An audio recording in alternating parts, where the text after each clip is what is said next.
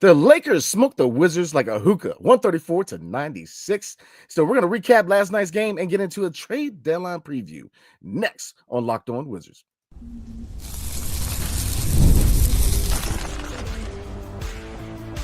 You are Locked On Wizards, your daily Washington Wizards podcast, part of the Locked On Podcast Network. Your team every day.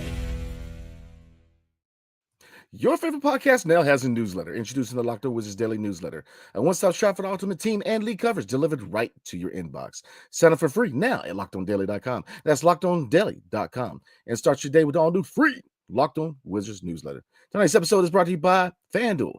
Super Bowl 59 is here, and there's no better way to make every play more exciting than with FanDuel Sportsbook. New customers can bet $5, and if you win, you score $200 in bonus bets.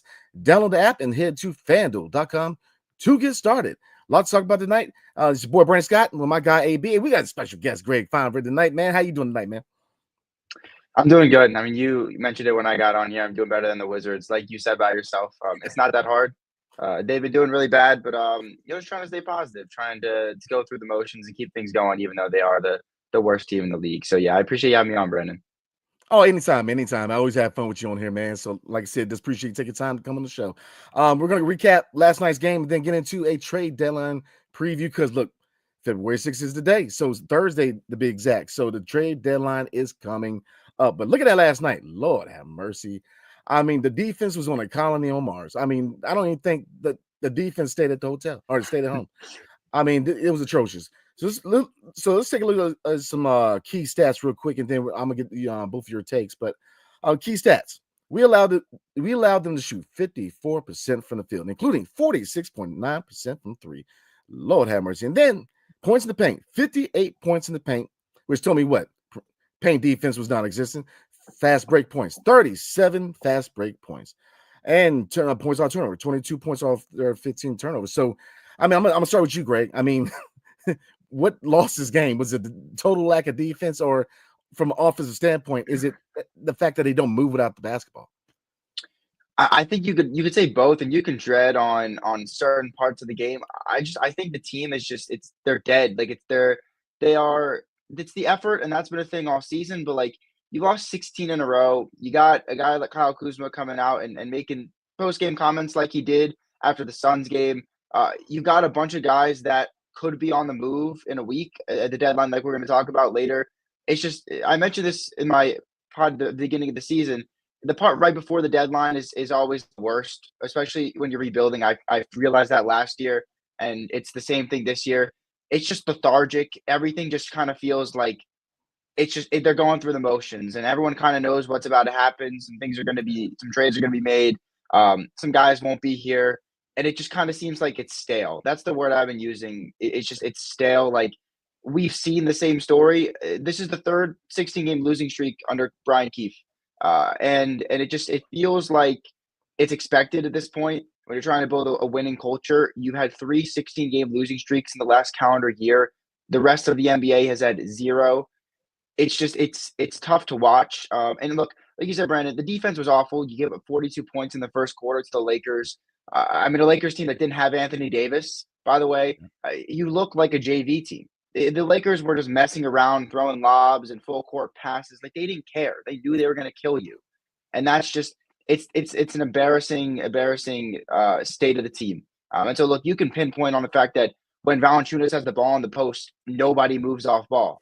You can pinpoint the fact that nobody apart from Bilal Coulibaly is good at defense or cares about being good at defense right now. But the overall theme is I don't think anybody really cares about winning right now. And so while you could go offense, defense, whatever, I think that's the overall takeaway that I've gotten. Hey, man, preach. I'm with you, man. AB, what you thinking, man? I really couldn't have said any other better way than Greg, but 16 points in the second quarter, it's just inexcusable, especially when you're playing a Lakers team that scores a lot. I mean, LeBron getting 24 and 11, he'll get his, but Shake Milton, 21, 4 and 4, Rui, the former Wizard, 22 and 4, Austin, 17, 6 and 5, Hayes with a double-double, 10 and 10, Max Christie with 13, and Bronny James with the N1, everyone shouting out MVP. Like, it's just, like, I don't even know what to say at this point. And I love Coach Keefe. Again, he's given a pretty hard task to deal with. But at the end of the day, if it's consistently these losing streaks, I mean, look at it in the game I was looking at the streaks. I mean, LA went on a 20-6 run, a 25-7, a 10-0 run. It's just like at one point you're gonna say like, how many excuses can we give this guy? And at one point, look at the players and be like, you got to help this man out. He's a young coach. I mean, effort. I get it. We have some vets, but we have some young guys in here. Like getting like blown out by 30+ points a game. Like, does that not like anger you? Does that not make you say like, yo, we got to change something up? Like, there's no urgency, and it just really is frustrating. And on social media, seeing the whole like, could the Wizards be the worst team of all time, and comparing him to previous other teams and their records and the Philadelphia 76ers, it's just embarrassing. And I know it's hard to be optimistic, but at this point, what can you look forward to? Maybe this deadline, maybe get some draft capital, some nice trade packages. But then again, Kuzma saying stuff like that after the Suns game. It's just like, even after a game where he plays well, he says stuff like that. It's just right now, Washington's just very dysfunctional. And us fans, like, it's getting to a point where it's like, how patient can we really be? No, both of you hit the nail on the head. And I think the biggest problem, me personally, and I echo a lot of fans and even media, man, which is it's one thing to lose. Like when we talk about culture, creating a culture of what? A winning culture, which is playing hard, playing to win the game, regardless of the talent gap. Because let's be real, most games, if not all the games we play, there's going to be a massive talent gap. We are a very young and unproven team. So most teams in the NBA have a massive talent gap advantage over us. But it's one thing to play hard and really fight for 4 quarters. But getting blown out by almost 42, I mean, it just shows you that you nailed it, AB, dysfunction. And like I said, I'm one of the people that I wanted us to hit the reset button. I wanted to rebuild. I got tired of, being happy with first round and then getting bounced out. Bradley Beal proved that he wasn't that guy. Hope he does well in Phoenix. That's a whole nother issue. But I got tired of the building for the middle. And while I do think the front office is way too early to really judge them, and I think it's too early to really judge Brian Keefe, but you get to a point with Keefe where we got to see something in the second half of the season, because the main thing with him, the main MO is development. Once they get past the trade deadline as a younger roster, we need to see some development, because don't get it twisted. While you probably have another year or two of a rebuild before you really see some progress, I mean, we need to see progression going into year 3. I mean, especially Bilal, and we need to see Bilal hit that next gear in year 3. I mean, especially offensively. Year 3, we definitely need to see him break out offensively. Alex Sarr, I mean, these rookies have a lot of potential, but the second half in next year, that's the time we need to see something. Because look, there's a lot of fans saying, look, we're ready for a rebuild, but you need to see progression. That's the thing. You can't just be bad. Like, you have to see some progression. And seeing them get blown out with no effort, I mean, it's dysfunction, because Kyle Kuzma in his mess. Last year, he said, I want to be part of this. Now, all of a sudden, no, I don't want nothing to do with this. It's like, you knew what you're getting yourself into when you signed that contract. And the thing, it's just, and then, he's going back and forth. I mean, Greg, you already know. I mean, going back and forth on social media. It's a mess, man. Just don't be that team, right, B? I think that's what he said. Don't be that team, right?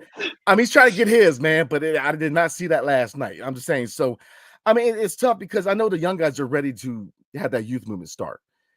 Kyle Kuzma, and like I said, the front office has done well. Have they made mistakes? Tyus Jones, I wouldn't call that a mistake, because there was always that likelihood that he was going to walk for nothing. KP, same thing. So that was just a risk, and I don't really knock them for that. But Kyle Kuzma is going to be the first chink in the armor, because it was a mistake. Last year, you should have moved him. And I get it, not wanting to take on Grant Williams' contract from Dallas. I get that. But at the draft, man, at 13, Sacramento, you still got Denny on the team. If anybody ain't watching Portland right now, Denny's playing high-level basketball right now. I mean, and what's the biggest knock on the team right now? You don't have that third guy, that third scorer. Denny's that third scorer, man. Like, we're missing that third scorer. And, and you still had, and, if we send him to Sacramento with the 13th pick, you still get Bub. You still get Keyshawn George. So we've missed the window where we were able to move him where his trade value is at a zenith. He's not going to get a first-round pick, in my opinion. Now, we may be able to finesse a late first-rounder, but at this point, you're probably looking at an aspiring contract and a young prospect, because the asking price is 2 first-round picks. I get it. You want to start high. When we're going to negotiate, you want to start high, but that's out the window. That is out of the window. I mean, it's out of here, man.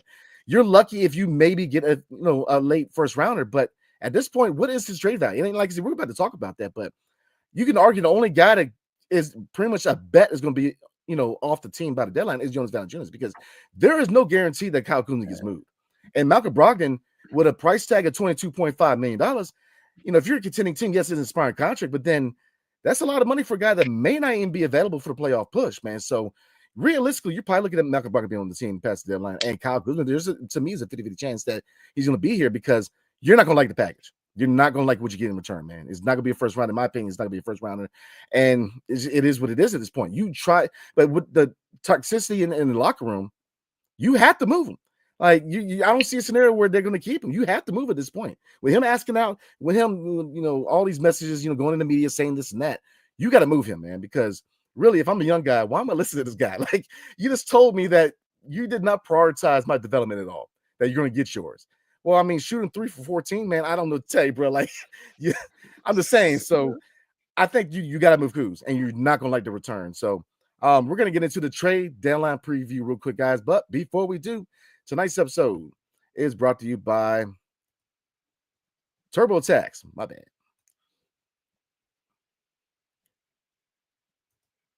This is a message from sponsor Intuit TurboTax. Taxes was waiting and wondering and worrying, Lord, if you were going to get any money back. And then waiting, wondering, and worrying some more. Now, Taxes is matching with a TurboTax expert who can do your taxes as soon as today. Don't wait till tomorrow. Today. An expert who gives you your taxes their undivided attention as they work on your return while you get real-time updates on their progress so you can focus on your day. It's that easy. An expert who will find your every deduction possible and file every form, every investment, everything with 100% accuracy. All that you can get the most money back guaranteed. No waiting, no wondering, no worries. Now, this is Taxes. Get an expert now on TurboTax.com.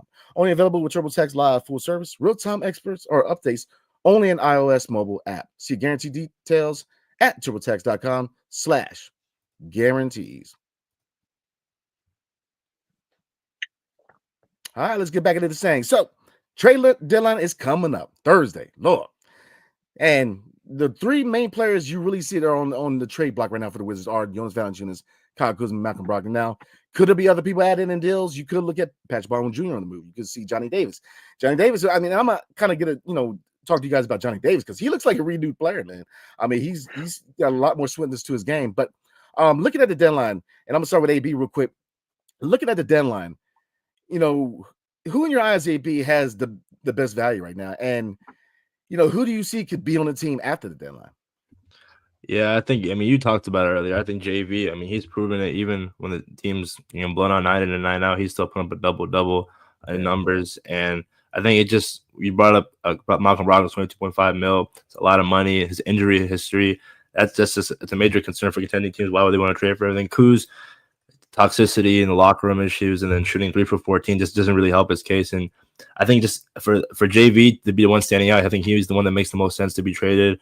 And as much as I hate to admit it, that the fact that there's a chance that Kuz will be here after the trade deadline just irks me. But I guess it is what it is. And Johnny Davis, man, that's going to be interesting to see if they can find a way to move him. But again, the biggest thing about this trade deadline is I can't wait to see how this team looks after the trade deadline. Obviously, it's going to be a lot younger, be a lot more mistakes, but I'm hoping to see more improvement from these younger guys because that's all we ask for right now because we're not winning games, so we just want to see some form of improvement. Yeah, I'm going to get your take, Greg, and I'm going to add a question in there. I'm going to give you a 2-part question real quick. The same question, who has the most value? And do you see a scenario where, it could be a couple guys on the roster at the deadline? And the second question for you real quick is, do you think the best route to get a first-round pick would be a bad contract such as a John Collins or Chris Middleton? Yeah, so for the first question, I think Kyle still has the most value. I honestly, it pains me to say, I can see a scenario where they keep all three, and I think that would be probably the worst possible outcome because you saw last year, you mentioned Tyus Jones at the top of the show, not easy to get value, and obviously they didn't want to give him up for nothing, but at the same time, he's an expiring contract, and so it's like teams know that if you don't trade him to me now, you're going to get nothing for him, and you're not going to re-sign him. So that takes away some of your leverage. And where I think JV kind of might get you a good return is because you have him for 3 years. He's on a team-friendly deal. So you don't have teams saying, well, you have to trade him to me or you're going to lose him for nothing. The Wizards just be like, well, we don't have to trade him to you at all. But if you really need a center, like the Lakers maybe, you need to trade right now. Like you have a window with LeBron and AD, and you need another center. And AD's been vocal that he's the 4 and he needs a 5. And I'm not saying Valanciunas is the best option out there if he's going to even solve their problems, but maybe a team bites more like that. But again, you made a great point at the top of the show, Brandon, is that the first real misstep for this front office is that yeah, they're trying to build a culture, and you want a guy like Kyle Kuzma to talk well about you when he leaves. But you could have gone to first last year, and you decided that you were going to prioritize his wants over the betterment of your franchise. And now he's played terribly, and you can't get a first. I think a couple seconds and salary filler, like you said, is the best, and I think that's probably the best deal you're going to get.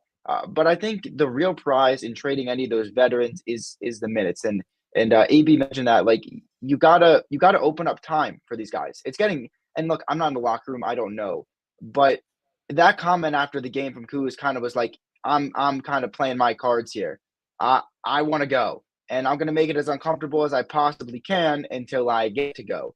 And so I think he's got to go. I think it just not only, I don't care what they get. You gave up all the return you possibly could have gotten last year. If you get a second round pick, if you literally just get a expiring contract, I think Wizards fans would be happy with that. You missed step, but just open up those minutes. Keyshawn George steps into that role. Bob Carrington's now a starter.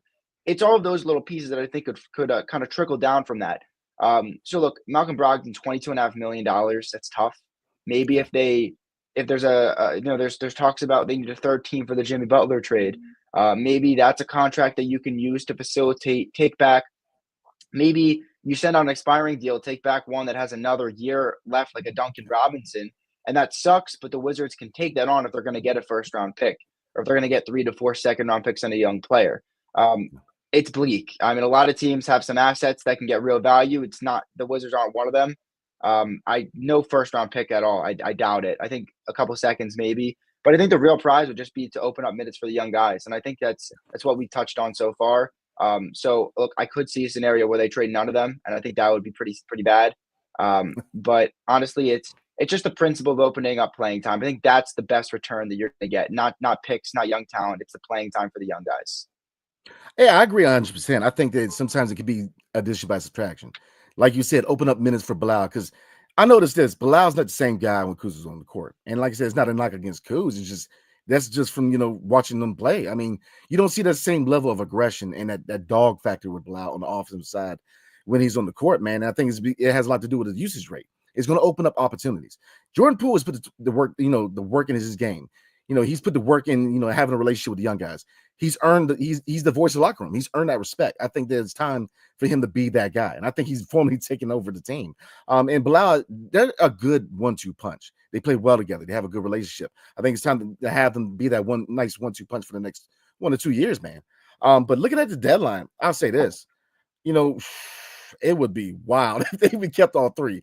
I mean, I can see that I can see that happening to some point, but looking at Jonas Valanciunas, I would just take the 2 second-round picks from this year's draft from the Lakers and call it a day, and throw Gabe Vincent in there and call it a day.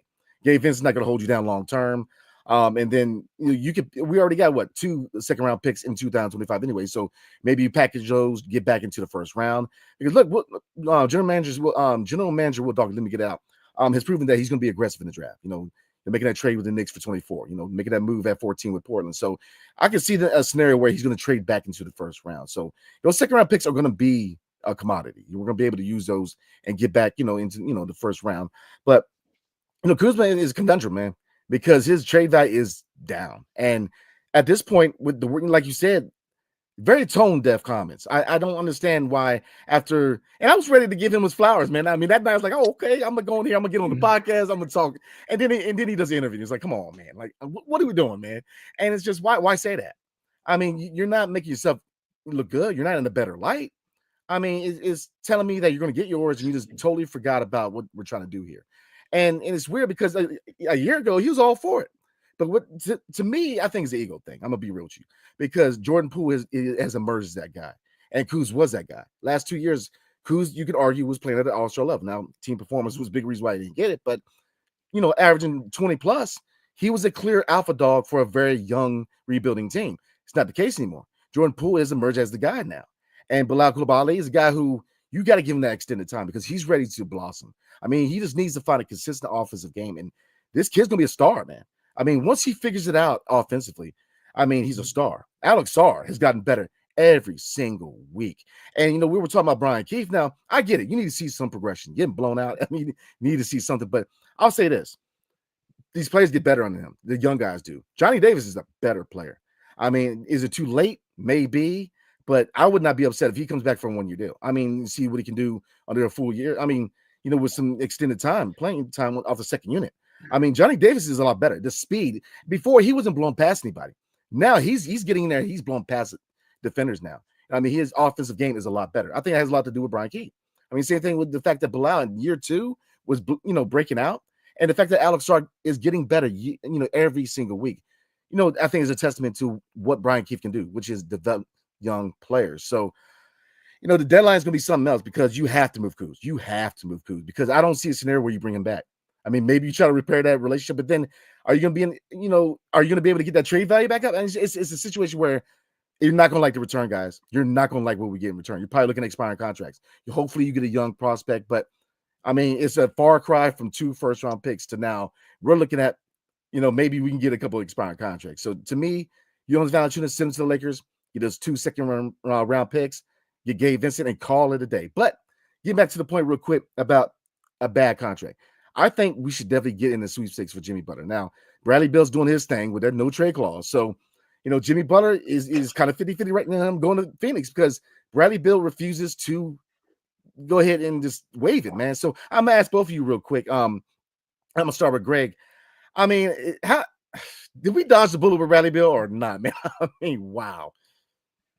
Yeah, I mean, looking back on the trade, it's I have a tweet ready to send if they do make a trade. I think it's I feel bad like going in on it time and time again, but it was a great trade. And it's funny because like at the time, so many people were like the Wizards didn't get a first-round pick for Beal. Like that's how bad it is. Like, yeah, you could have gone 3+ firsts and 3+ pick swaps a couple years ago, but people forget the old GM just didn't. He refused to move Bradley Beal. Whether that was because ownership told him he couldn't or because he wanted to build around him, he didn't.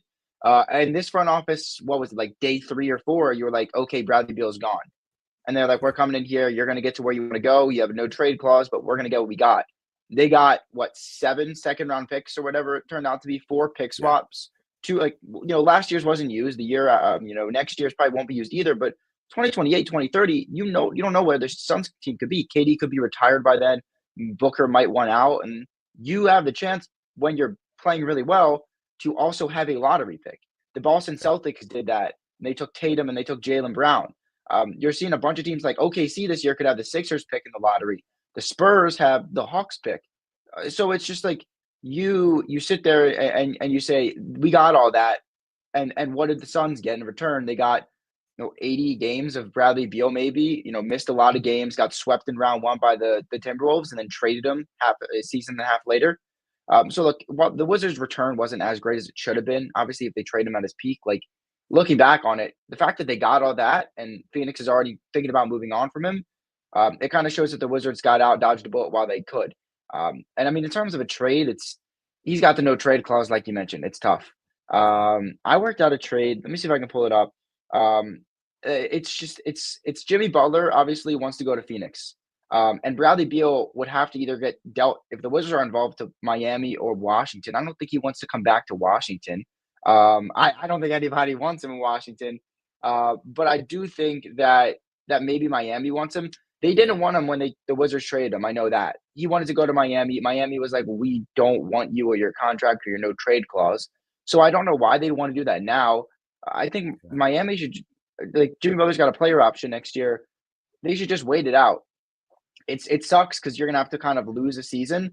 But at the same time, like, if you can't get anything right now for Butler, you might as well just, like, not take on bad contracts, let him walk for free, and then you have $50+ million in cap space, and you can sign someone else. There's many free agents coming up.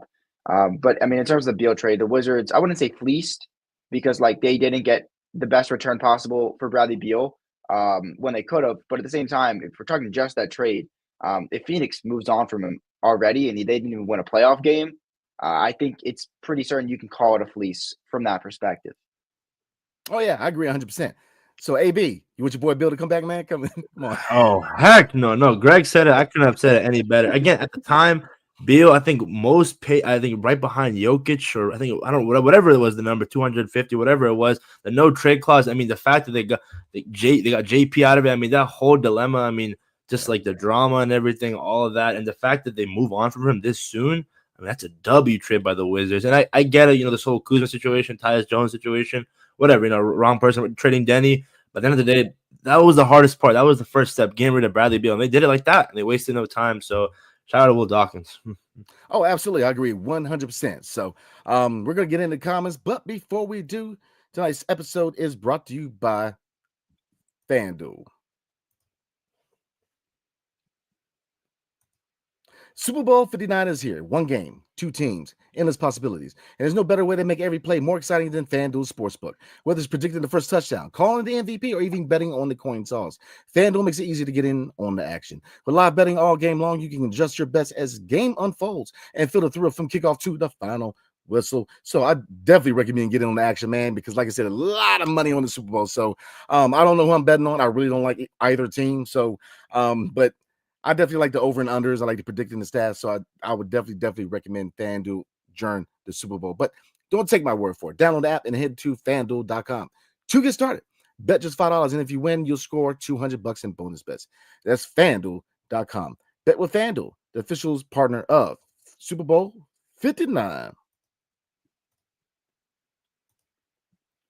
All right, let's get into the comments. But real quick before we get into the comments, yeah, like I said, I think that we should definitely get into a potential Jimmy Butler deal. Now, I am in favor of taking on a bad contract. To me, I would take on John Collins. I would take Chris Middleton. Look, both of them would only be here for 2 years. Doesn't conflict with the long-term vision of the team. And I think that's the best route to get a first-round pick because, like I said, you're not going to get a first-round pick for Jonas Valanciunas. You're not going to get one from Brogdon because the injuries, he continues to get hurt. I mean, he's been hurt 2-3 times, and right now he's still trying to come back, from his latest injury. So I don't see Brogdon going anywhere. I would be very surprised if they trade Brogdon, to be honest with you. Kuz, you got to move Kuz. He's probably going to be a half smoke in the newspaper, but you're going to have to trade Kuz, man. I mean, and then looking at Jonas Valanciunas, look, Jonas has played well. And let's not forget, this is a notorious Wizards killer. This guy used to put in work when he was in Toronto Raptors, man. Memphis, New Orleans, this guy used to give us the business. So, he's been very productive here in DC. And I've enjoyed, the interactions I've had with him down there at the practice facility, man. Because like I said, Jonas is a funny cat, man. So like I said, to me, he's got the most value. You're probably looking at 2 second-round picks. And look, 2 second-round picks and Gabe Vincent and call it a day. So, all right, let's get into the comments, everybody. And I can bet who the first one is. Oh, no, it's not. Lock the law tonight. All right. Is Jimmy go outside? And he says, maybe the Wiz can add Kuzma's mom to the staff through the 6th to up his trade back. All right. I'm not even going to respond, man. That's it is. Let's see. Bucket Getter says, hopefully we can win these games coming up versus the Nets, Hornets. Oh, yeah. I think the Hornets and Nets are both winnable games, hopefully. We have played a lot of West Coast teams, and it shows how far we are. Trust the process. Oh, absolutely. Trust the process. I mean, the biggest thing is we're in year 2 for rebuild. Trust the process, man. We still got ways to go, but we've got a nice young core here. So, either one of you two want to respond? Yeah, I mean, Charlotte, the LaMelo Ball is out for another week, and Brandon Miller's out for the year. So, I mean, if you go into Charlotte, I mean, they're going to go into Minnesota tomorrow. They're probably going to get killed. That'll set the franchise record, 17 in a row losses. And I mean, if you set that record, you go the next game and you go into Charlotte without LaMelo and Miller, and you somehow lose that game, especially when you're relatively healthy like the Wizards are. I mean, I don't know how you can even fathom doing that. And then the following night at Brooklyn, that's the one before Brooklyn as well. It's big because it's the game before the trade deadline. I know they're shopping guys like Cam Thomas and Cam Johnson. The Wizards are shopping Kuz and Brogdon. I don't even know if those guys are going to play. I know sometimes they hold players out before the deadline because they might get dealt and they don't want to get hurt or anything. But at the same time, like if you like go out of this stretch and you don't break the losing streak, you have some real issues. Some real issues. I mean, they have a lot. We know that already, but like way deeper than maybe we even think. So, yeah. AB, I mean, is there a winnable game on the schedule, or is it just game by game with you, man? I want to say that Hornets game, but I mean, again, like you lose by like 38 points to the Lakers with no AD. Like, come on, like it just really isn't excusable, and there's just no sense of improvement. That's the part. And you mentioned it. Losing is one thing, but getting embarrassed night in and night out, whether it's away or home, it's just like at some point you just like, what are you doing? So I honestly don't know. Like, if we look at the schedule, when the next win's going to be, I just hope they don't have the worst record in NBA history because that's going to sting. But yeah, dude, I don't know. I can't wait for that first win or hopefully that future win. Yeah. I mean, when I try to say I'm waiting for that 7th win, I don't know how to feel, man. It's like, Yeah, it's so crazy. I saw the stat, like the Commanders, 14 wins this season. For so long the Commanders, Washington used to be so bad, and now it's just the other way around. It's just, oh man. I know. You ain't gonna tell me, man. I know. Let's see. Bucket Getter says, "Yo, B, are you still doing that one-on-one interview with Jordan Poole?" Oh, absolutely. The only reason it got rescheduled the day that I was supposed to have the interview with JP, the Players Association had a last-minute meeting with him, so he had to push it back. Supposed to do something after the latest road trip, but they're only here for 2 games and they're back on the road, man. So probably going to go one-on-one with him after the next road trip. So definitely when I get down there and get this interview with JP13, man, I'll put it up on X and here on YouTube, man. And like I said, do an episode kind of based off of that. So definitely looking forward to it. Like I said, shout out to Jordan Poole, man, just taking time out of his day to give your boy an interview, man. So yeah, definitely look out for that. Let's see. You guys know I can't read every comment. I wish I could, man. Bucket Getters on the road, and I said Brandon dipped in the 3rd quarter. Don't blame me, man. It's rough. I didn't know what to ask, man. I just like, wow. I mean, the defense just woo. I'm telling you, man. Gideon says, "Hey, Brandon, I know you said give Coach Brian Key some time, but if nothing is changing and we're getting blown out by 30 in the first half, every game there needs to be discussions about this. I'll say this: give him the second half. You know, I want to see how he really works." More extensively with the young guys. You know, that's what I'm looking for. Give him the second half of the season. Now, going into next year, if you still seeing these type of performances, then I hate to say it, man, because I do like BK. But if you're still, still seeing this in year 3, maybe we need to have a talk. But give him time in the second half to really have that time to work with the young guys. Now, he's trying to, balance the veterans and showcasing them and still try to find a way to develop. And I would give him the second half of the season and really give him that. Because, look, like I said, he is, if you look at his resume, he's probably one of the best, if not the best, developmental coach in the league. I mean, Kevin Durant, there's a lot of names that attribute their success to him. So give him that time. And it's tough because we don't have that youth movement started yet. So, second half of the season when we're younger, give him the time to really have that one-on-one time with these guys, man. Definitely, work with them and really try to develop their game. So, let's see. Lance Geek says, "You guys are the highlight. I appreciate you. Much love. Appreciate you tonight." Let's see. DC Onion, my guy, loves Cam Whitmore. I do too. DC Onion, my guy, what's up? It says the only thing that can save the season to me is Dawkins must trade for Cam Whitmore. Sorry, guys, Cam is better than Bilal. I mean, he's definitely more pro ready. I think we can all agree. He came into the NBA hitting the ground running. But as far as the best prospect, I think we definitely hit the nail on the head with Bilal. Cam, I just think that Houston's gonna be hesitant to make that move. I know I've seen a lot of trades. I've seen either Reed Shepherd or Cam Whitmore, but you don't see both. They're not gonna move on from the young talent because you best believe that if I'm Houston, I'm moving on from Van Fleet, and I'm probably going to have to give me a point guard. You put a point guard in that squad, man. Nothing against Van Fleet, but De'Aaron Fox, man. I'm just saying he's been linked to Houston, so I think they're gonna be hesitant to make that move, man. To be totally honest with you, they have so much talent in Houston. Yeah. B. It's just like it's a great problem to have because if you look at it, it's like, and I think right now they're second in the West. So I mean, what a turnaround from that. I remember when they traded James Harden, like it looked kind of scary down there, but now with all this young talent, it's amazing. Absolutely, man. I mean, watch out for Houston, man. I mean, they're playing good basketball, man. Jalen Green's trying to do his thing, and Şengün, man.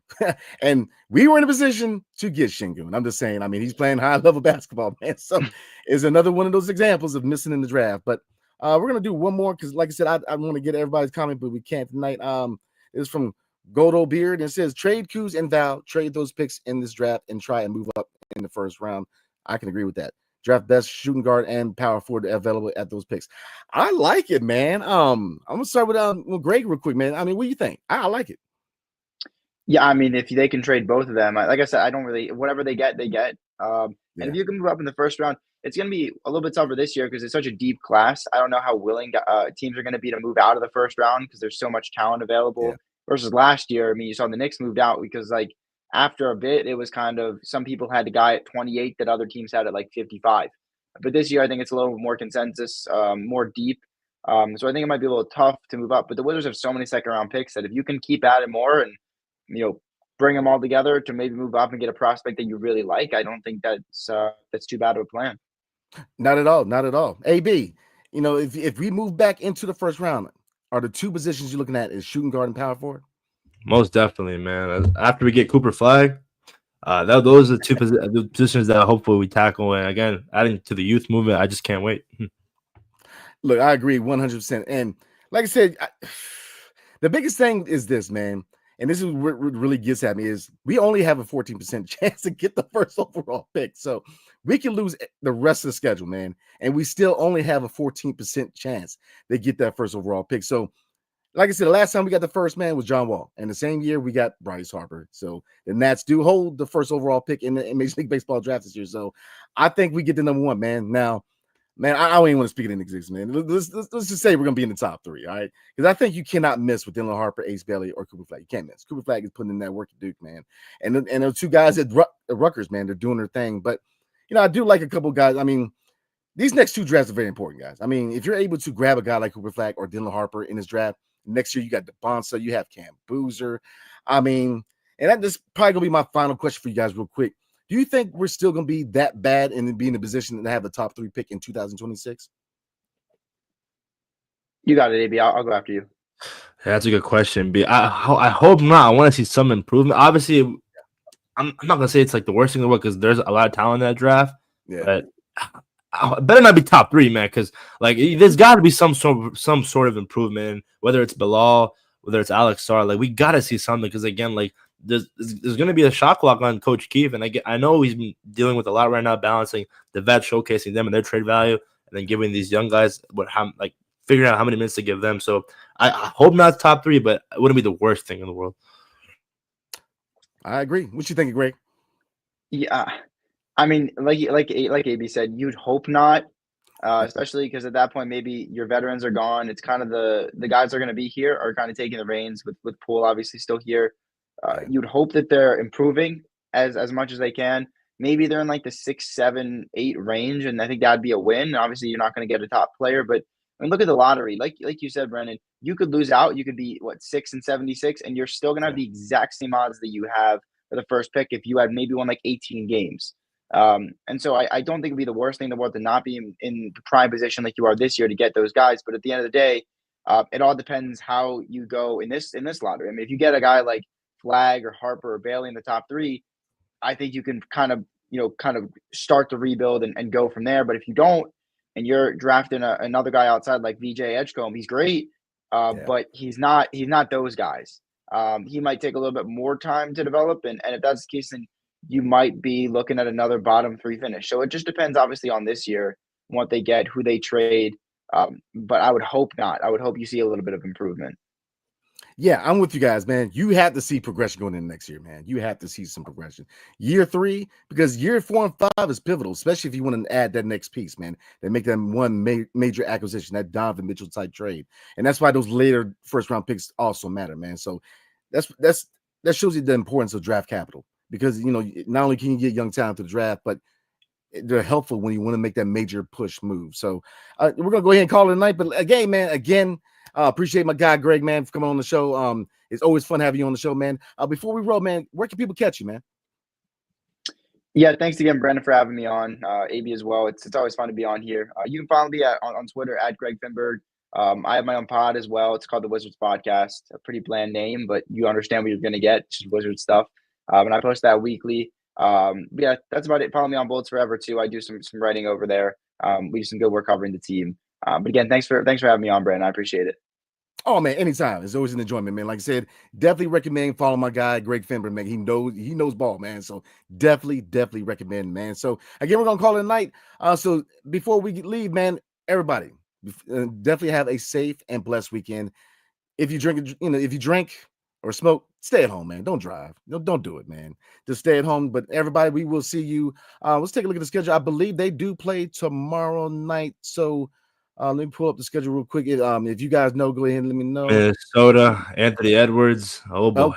Oh, good Lord. So let me pull up the schedule real quick, guys, before we call it a night. But my Lord. So looking ahead real quick. Yes, Saturday they are at Minnesota 8:00. So I'm a holler at AB, man, and we're gonna see if we go live. is 50-50 right now. I will definitely let everybody know if we decide to go live. If we don't, you guys know we're going to go ahead and go live on Sunday. And then Monday, they're at Charlotte. And then Wednesday at Brooklyn. So hopefully winnable games. Is that a such thing right now? We'll see. So again, definitely shout out to my guy, Greg Finberg, man, coming on the show. And of course, AB coming through with your boy, man. So all right, everybody, enjoy your weekend. We'll see you Saturday or Sunday. Hail to the Wizards and peace.